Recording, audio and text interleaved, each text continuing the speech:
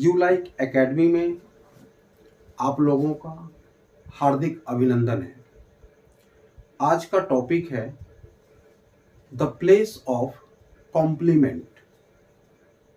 Sentence में complement का अपना प्लेस होता है। उस प्लेस में पार्ट्स ऑफ स्पीच के जो भी वर्ड आते हैं उसी से पता चलता है कि ये सेंटेंस कंप्लीट हो गया, और जिस वर्ड से सेंटेंस कंप्लीट होता है वो कॉम्प्लीमेंट कहलाता है। तो आए हम स्ट्रक्चर के थ्रू हम सेंटेंस बनाएं और इस एग्जाम्पल के थ्रू इसको समझने की प्रयास करें। सबसे पहले टू बी टेंस में टू बी में कौन कौन से वर्ब आते हैं ये समझा चुके हैं, फिर भी यहां देखें। एस फॉर सब्जेक्ट, फिर टू बी में कौन कौन से वर्ब होता है? एम, इज, आर, ये प्रेजेंट का है। was, were, ये पास्ट का है।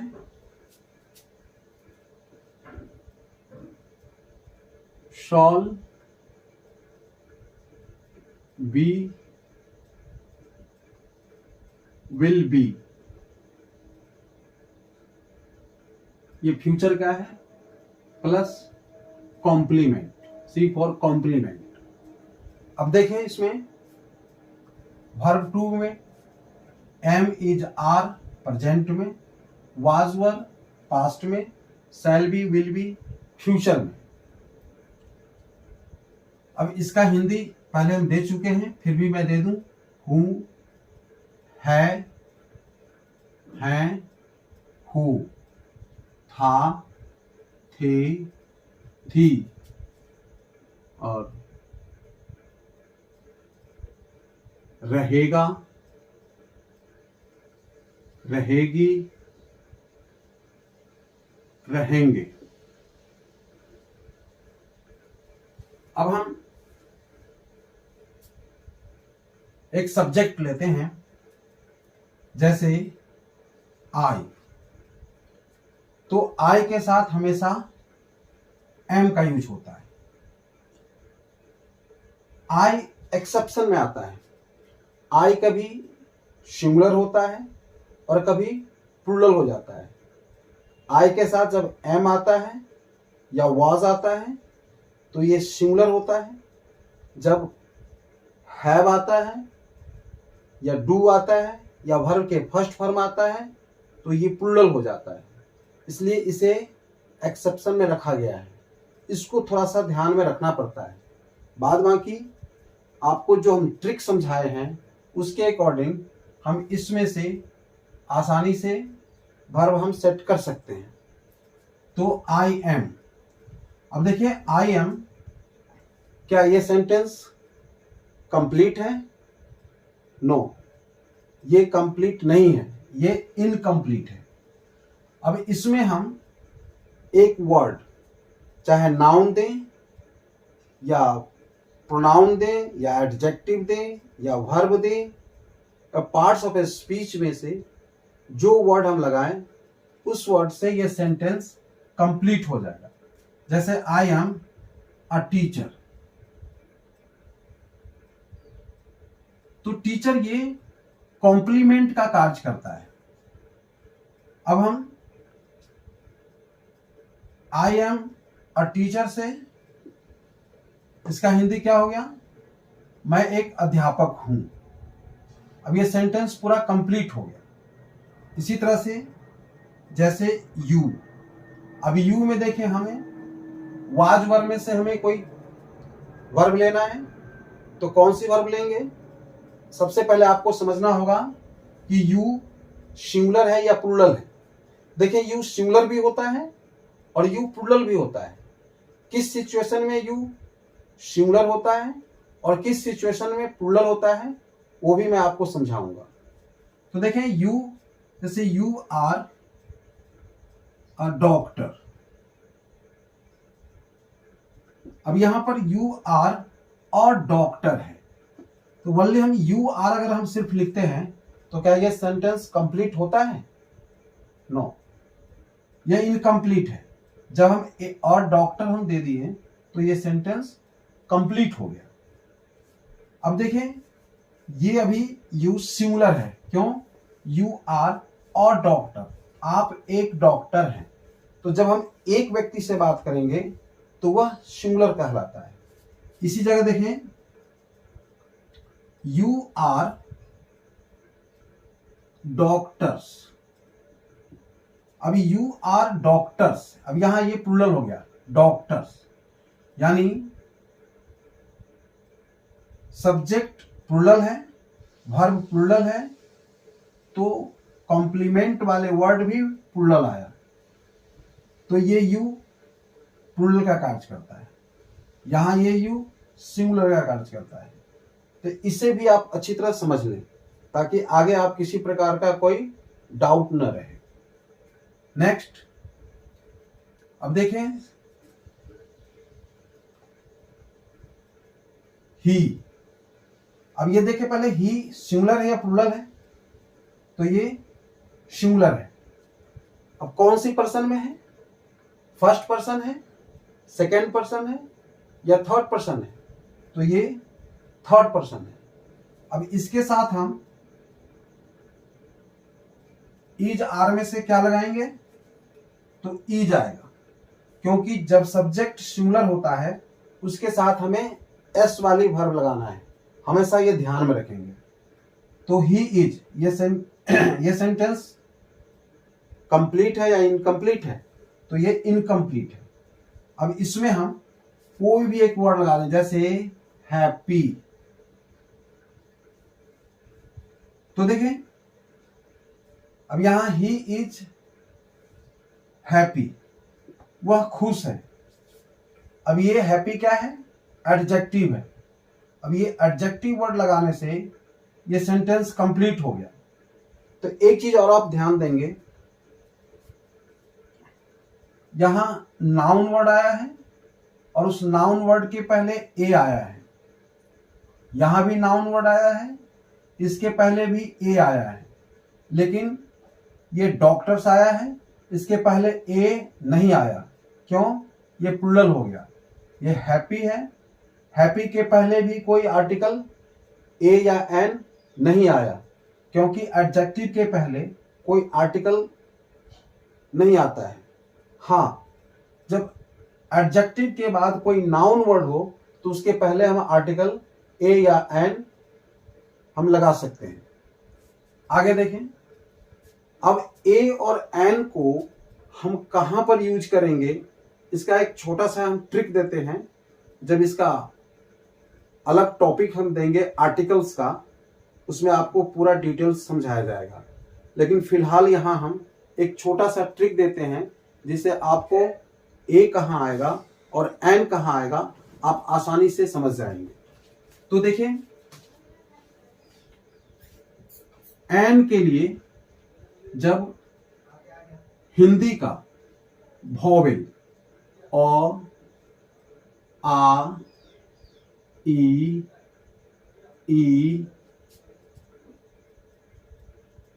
उ,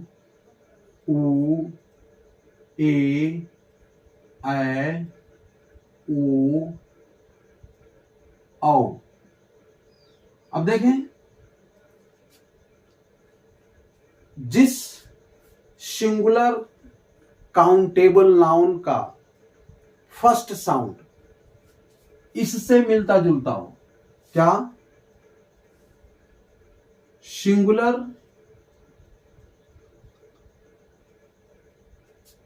countable noun,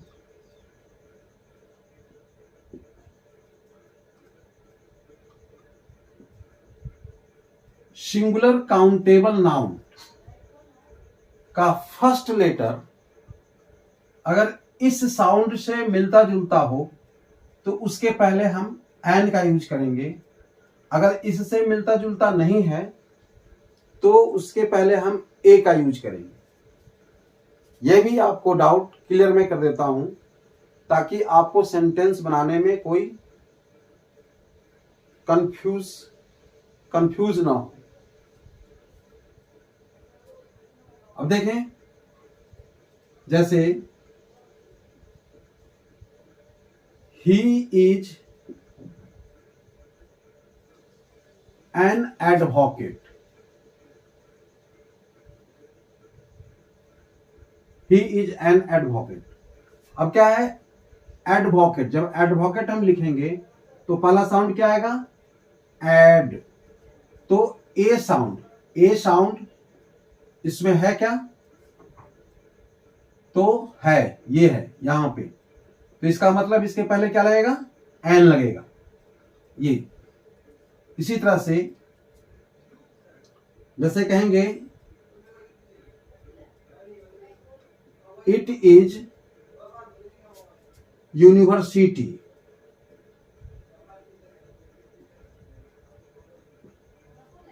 it is university. अब देखिए यूनिवर्सिटी के पहले बहुत से स्टूडेंट कंफ्यूज हो जाते हैं कि यहां पर हम ए दें या एन दें। ये यू समझ करके, यू को वॉवेल समझ करके झट से इसमें एन का यूज कर देते हैं, लेकिन ये रॉन्ग है।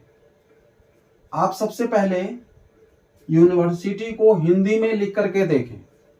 जैसे हम बोलते हैं यहां पर फर्स्ट लेटर कैसे आएगा? यूनी। अब यू से हम शुरू किए तो यो अक्षर आया, यो। अभी यो से देखें, यो इसमें है क्या? नहीं है। इसके लिए हम क्या यूज करेंगे? ए का यूज करेंगे।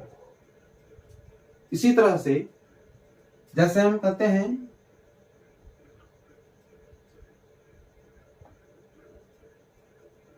शी वॉज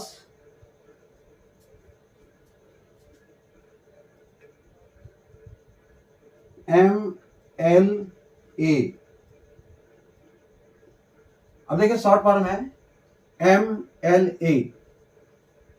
बहुत से स्टूडेंट कंफ्यूज हो जाते हैं कि एम क्या है? ये कॉन्सोनेंट है, तो झट से यहां पर ए लगा देते हैं, लेकिन ये रॉन्ग है। अब एम के पहले साउंड को मिलाएं, पहले हिंदी में लिखे एम। अब ये ए साउंड पहले आया, एम बोलते हैं जब तो ए साउंड पहले आया, तो क्या ए इसमें है? हाँ है, इसलिए यहां पर हम एन का यूज करेंगे। आपकी सारी कंफ्यूजन दूर हो गई। कभी भी आप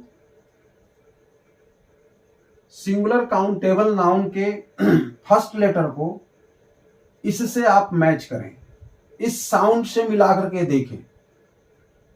अगर इस साउंड से मिल गया तो एन यूज करेंगे, और नहीं मिला तो ए यूज करेंगे। वर्ड कौन सा होना चाहिए? Singular countable noun. वैसे singular, common and collective noun में भी ये लगता है, तो जब वो वीडियो आएगा उसमें भी आपको लोगों को क्लियर समझाएंगे। मेरा वीडियो अभी स्टार्ट हुआ है, नया नया स्टार्ट किया हूं, तो बोलने में अभी थोड़ा सा कभी कभी हिचकिचाहट हो जाता है, लेकिन आगे जो वीडियो आएगा परफेक्ट आप समझेंगे। कोई भी डाउट आपके मन में आएगा, सारा डाउट क्लियर हो जाएगा। अगर कहीं भी दिक्कत हो तो कमेंट के थ्रू हमें अवश्य मैसेज देंगे, ताकि मैं और अच्छी तरह से आप लोगों को समझाऊं। मेरा मोटिव, हम अपनी नॉलेज को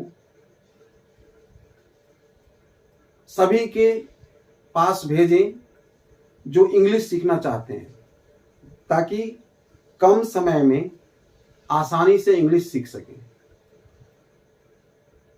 हमें न उतना फास्ट बोलना आता है, न हम इधर उधर की बातें करना चाहते हैं। मेन मेरा फोकस आप लोगों को समझाना, सिखाना, और आप लोगों को भी ध्यान से अगर आप सीखेंगे तो निश्चित रूप से आप इंग्लिश कम समय में आसानी से सीख सकते हैं। अब हमारा अगला स्ट्रक्चर है टू हैव।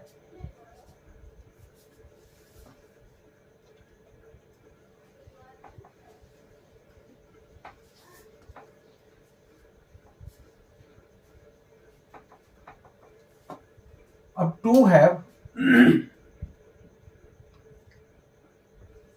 का स्ट्रक्चर है subject plus have, has, had, shawl have या विल हैव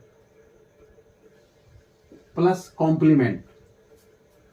अब हैज हैव का हिंदी क्या होता है? पास है। और हैड का मतलब पास था, और इसका पास रहेगा।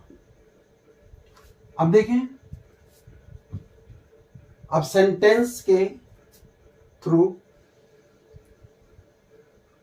समझने की प्रयास करते हैं। अब देखिए यहां पे आई, अब यहां पर आई के साथ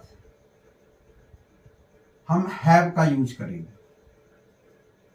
अब यहां पर आई को प्लूरल माना गया है, इसलिए हैव का यूज हुआ।